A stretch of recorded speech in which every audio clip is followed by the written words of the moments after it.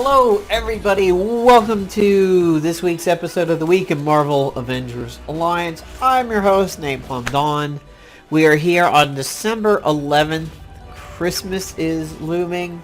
And of course, as always, we're taking a look at Marvel Avengers Alliance. So let's jump right into the topics that we have to do today. So, as you can see, we now have some new sales, but they are not sets. It is the Enchantress Lockbox. By the way, today's background music is brought to you by the Invasion album from Savant. Of course, a link will be in the description.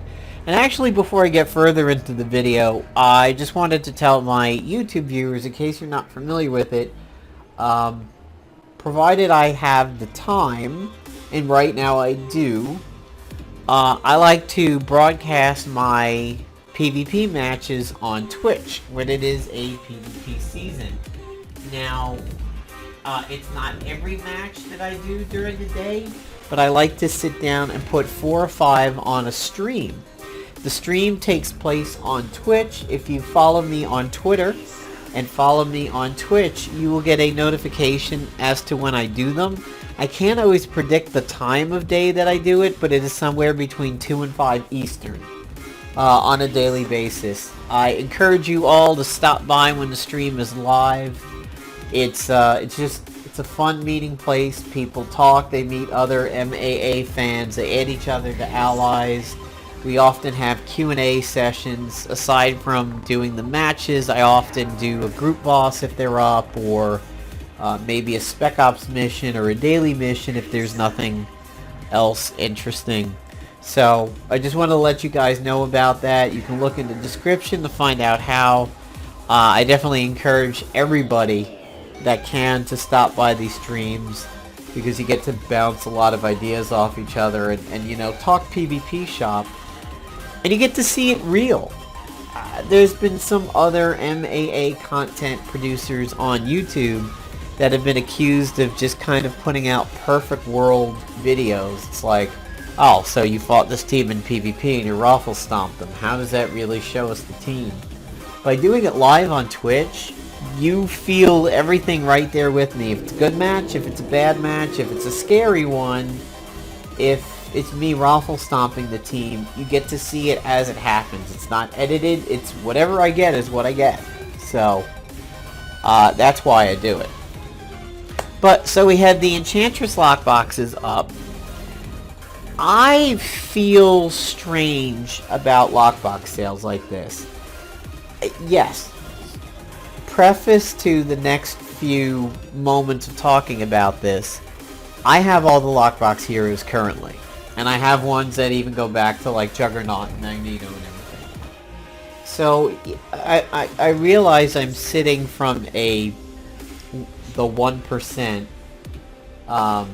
kind of a stance on this, the privileged few, but I feel as if these lockbox sales are almost like gambling. I mean, they are gambling in a way, if you look at it, but like, let's take this 50 lockboxes for 30, so you open 10 at a time, you're gonna get 5 pops for 30. It's pretty good. If you're going from 0 to lockbox hero off of a sale, I think you may wind up spending a lot of money because of the duplicates. I think these sales best serve people who got 3 or 4 and then fell short, got sick, couldn't play, nobody had group bosses, they didn't do the tasks in time because they were in a mission to help starving children in Africa because of the South Park episodes. Whatever is the reason that you didn't complete a lockbox hero, that's what I think the sales are good for.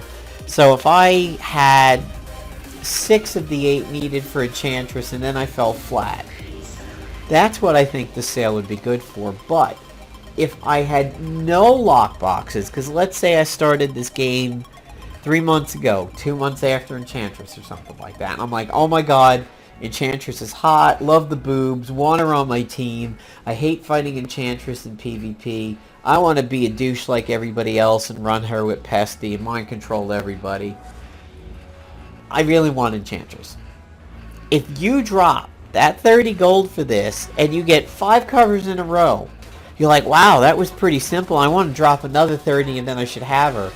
And then you get dupe after dupe after dupe after dupe, like my boomerang was. It's going to be like gambling. You're going to be like, man, came in with $100, I'm down to my last 10, but I got a good hand. If I double down on this, then I'll make my money back, and I'm like, it's going to be good, and I'm going to be able to buy that Ferrari, and I won't have to sell my plane ticket, and my girlfriend's watch, or baby, to just get out of Vegas. Like, that's what's going to happen with this. You're gonna be chasing that high of the hero, and you might wind up, like, dropping the 30, and dropping the 30, and dropping the 30, so be cautious. Set your limit. If you're going from 0 to the hero, set your limit and stick to it. Even if you get like one cover away, make smart decisions and don't run your resources out. So then after that, we have the gold level prismatics. We have the skillful, the stalwart, and the chaotic. As you can see, the chaotic is the little bit of everything. Very few heroes can actually get away with being ISO'd completely with chaotics, but it is possible. And basically those are the heroes that are balanced. They're just 3s across the board. And I think we got one recently that was 3. Yeah, okay, so Elsa could be done with all chaotics if you want to. But if you use the PKB method, which I reference in a lot of my videos, which is to 5-bar health, attack, accuracy, and one of the 2 defensive stats, be it defense or evasion, you want to go with the one that's higher. You usually don't wind up chaoticing people to death, but there are some heroes that you can do it too. So let's take a look at the sale on that and explain. You might think, well, what is the difference between the ISOs that I get for gold or the ISOs that I get for silver and shield points? It's stat weights is really what it is. So here's the silver and shield point chaotic. You can see the health and stamina are 286, and then the rest of the stats are 57. If we look at the gold level, the health is up almost 100, and the attack, defense, and accuracy go from 57 up to 72. This is not for your... If you're going to do that, it is not for your average Joe hero. You don't want to spend gold to drop gold level ISOs on people. Reserve that for your PvP combatants, because that's where it really matters. If you're getting your ass kicked on defense, yeah, you know, it may help a little bit. I think it is probably one of the least things you can do with money in this game. I think if you have money burning a hole in your pocket, it's not bad, but I would recommend generally staying away from gold level ISO. So my defending team, speaking of PvP, is not getting it done this season. There's something like 1-8. These guys kicked so much ass at the end of the last full season, but they are just getting trounced. And I'm not really too sure why.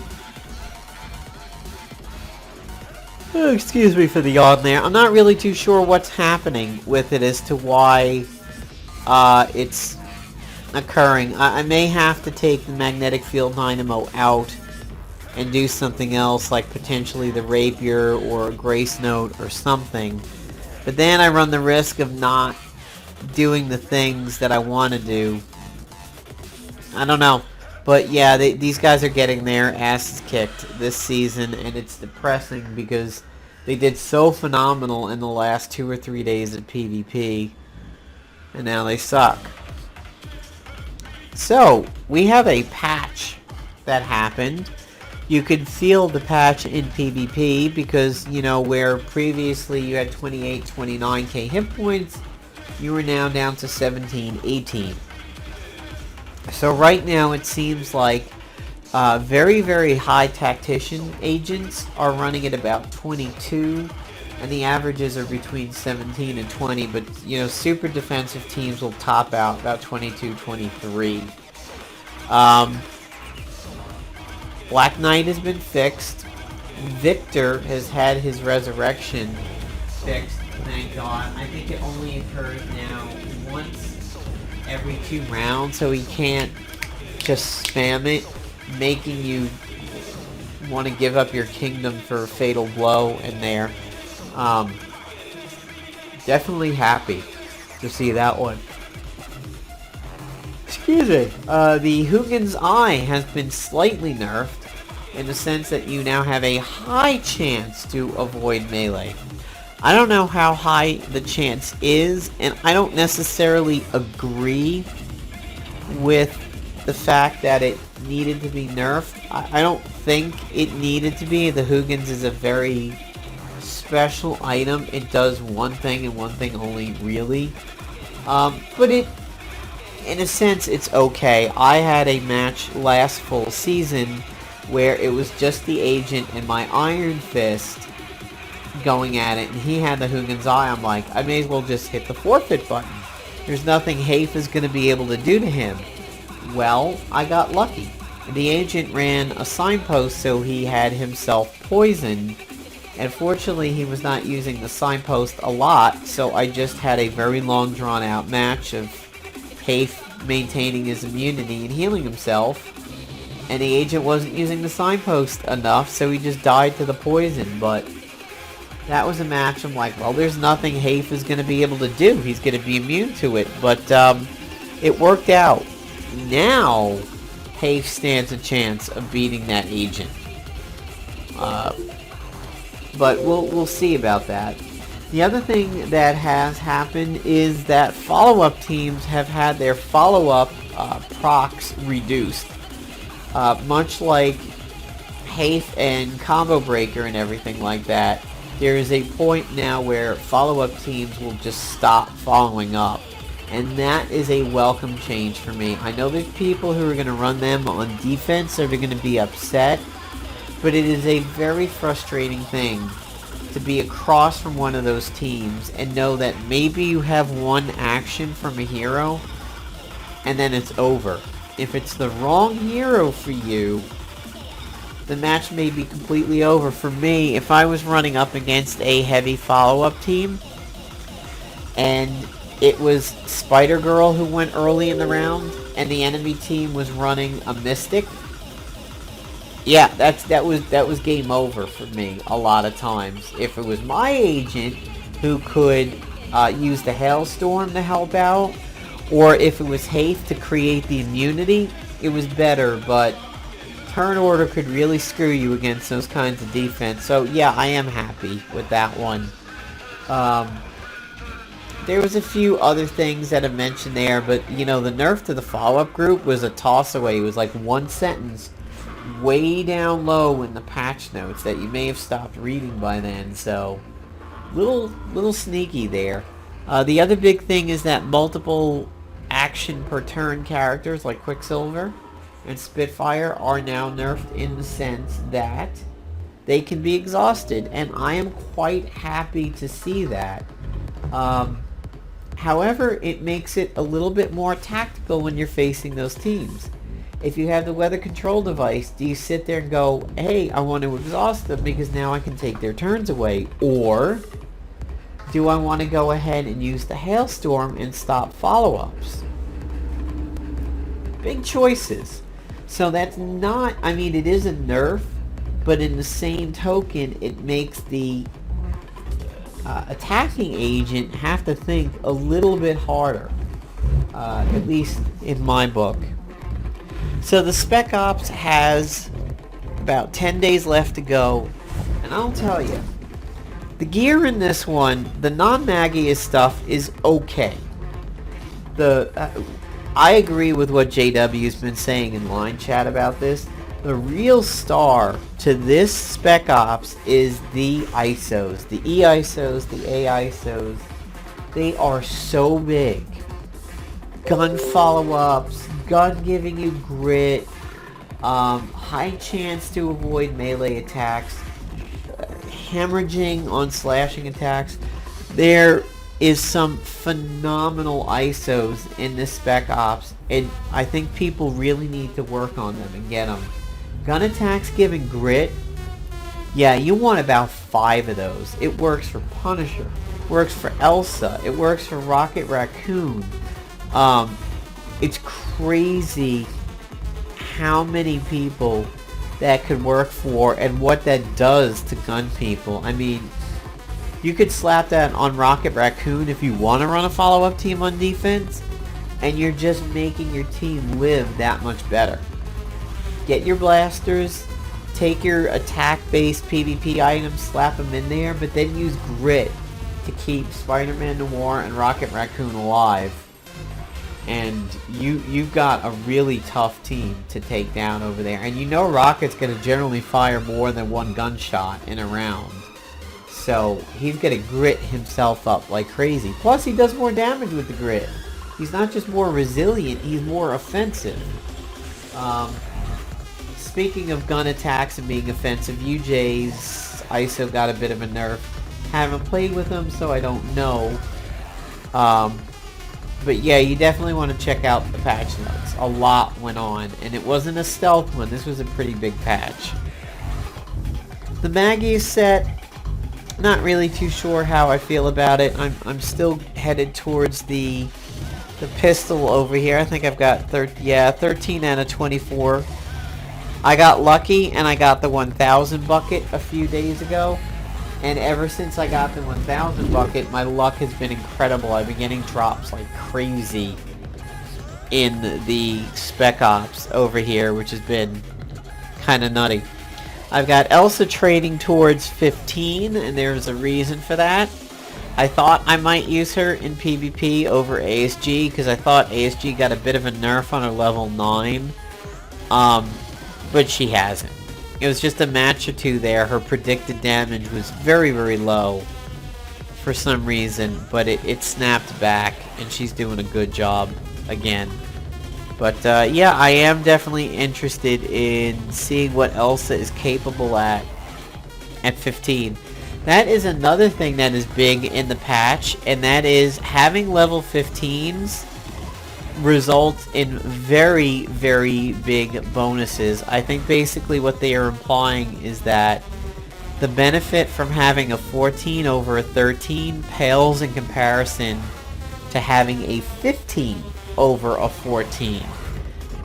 We all know that 15 is great to activate the class bonuses and whatnot, but now it's going to be really big to have a lot of 15s for your hero bonuses, and you can certainly drop a team into the field with a very scary amount of hit points if you're running a lot of 15 tacticians and whatnot. So I think that is pretty much it for us for this week in Marvel Avengers Alliance. In other Marvel games, still hanging in there with Contest of Champions and Future Fight. Still enjoying Future Fight more than Contest, just because I think it's less of a money grab. But Contest has the amazing Guillotine. She has a lot of fun in that game. Over in Marvel Heroes, Magic is out. She's out in her new suit and what we know as the classic suit in here. She is not out in the Phoenix 5 suit. We are also going to get Iron Fist with a Heroic Age Iron Fist costume pretty soon. He is up for pre-sale. I don't think I'm going to get him. I did pick up Kitty Pryde, and I did pick up Magic. Somehow I have Blade. I don't recall buying Blade, but I haven't touched Blade. I'm going to try to get Kitty Pryde to 50 and then switch over to Magic. So, that is what we've got going on today. Stay tuned to the channel for a video featuring Elsa at 15 and some of the amazing ISOs from the Spec Ops with her. I also want to give you guys a little bit of a homework of a creative team over here. I think they work for offense and defense. It is the Black Knight Spitfire with the Pulpy ISO on her level 1. and an agent running the Devourer. If you have the Scroll of Runamaroth and you run a level 15 Spitfire, 15 Black Knight, the Scroll of Runamaroth, and the Devourer, you may have an incredibly fancy team. I would go with the Bruiser Agent and run the Elite ISO because you want to make sure that Devourer hits. So there's the homework, guys. Try playing around with a team like that and watch the blood fly on that. So, take care, everybody. Hope you have a good weekend. Stay warm, and we will definitely be touching base probably a few more times before Christmas. But I'll say it to you guys anyway. Merry Christmas. Happy holidays. Happy Kwanzaa, Hanukkah, Christmas, and whatever floats your boat. Starbucks Red Cup. See ya.